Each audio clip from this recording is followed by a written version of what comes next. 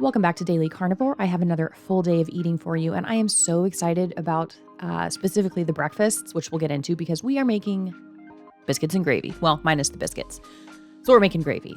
But first, you can see I'm doing my Bulletproof coffee. This is on repeat pretty much every single day. Tablespoon of butter, a couple tablespoons of heavy cream, some stevia, blend it up with my immersion blender. Good to go for at least a few hours. I tend to eat my breakfast a little bit later in the day, 10:30, 11, usually. Okay, so we are going to make sausage gravy poured over scrambled eggs. If you love biscuits and gravy and you're trying to be low carb about it, try this recipe. It is so good. You will not miss the biscuits, I promise. This is everything that we're going to need. And to thicken it, instead of flour, we're using xanthan gum. So for the liquids, I have some homemade chicken broth that I'm going to use, as well as the heavy cream. So I've got my eggs all prepped, get the sausage in the pan to cook. And then while the sausage browns up, I'm going to make my electrolyte mix.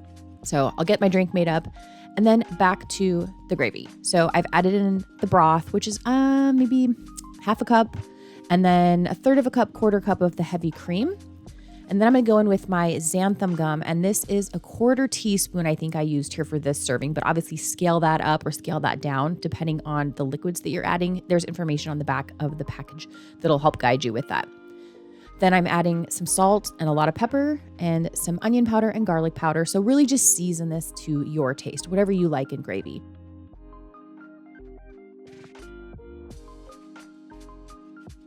And you can see here that it is really thin, but this will definitely thicken up over time. This cooks for maybe 10 minutes. So while I have the gravy there thickening, I'm just dumping my eggs in the pan. I've got about a half a tablespoon of butter that I put in there. You can see here already it's starting to thicken up, and it's so good.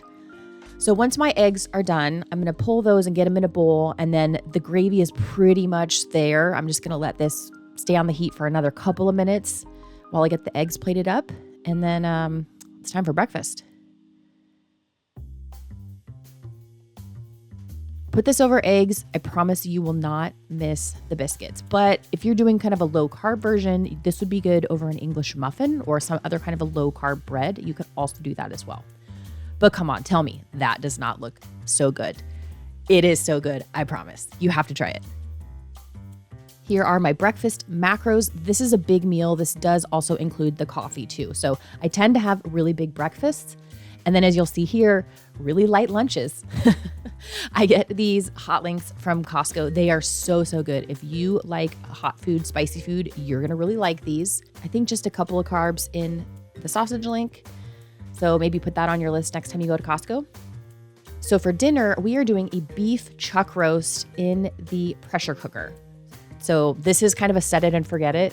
We've got the roast in there and then added, I think, a half a cup of broth, but you could also just put water. We put this on the highest pressure for 50 minutes. You could also sear this first in there. We just didn't do that tonight. And this is how it comes out. It is super tender and delicious. And if you want a really yummy dipping sauce that's also low carb, try mayo and horseradish. I promise it's delicious with beef. Here are my macros at the end of the day in a calorie deficit. Hope you guys enjoyed the video. Thanks for watching, and we'll see you in the next one.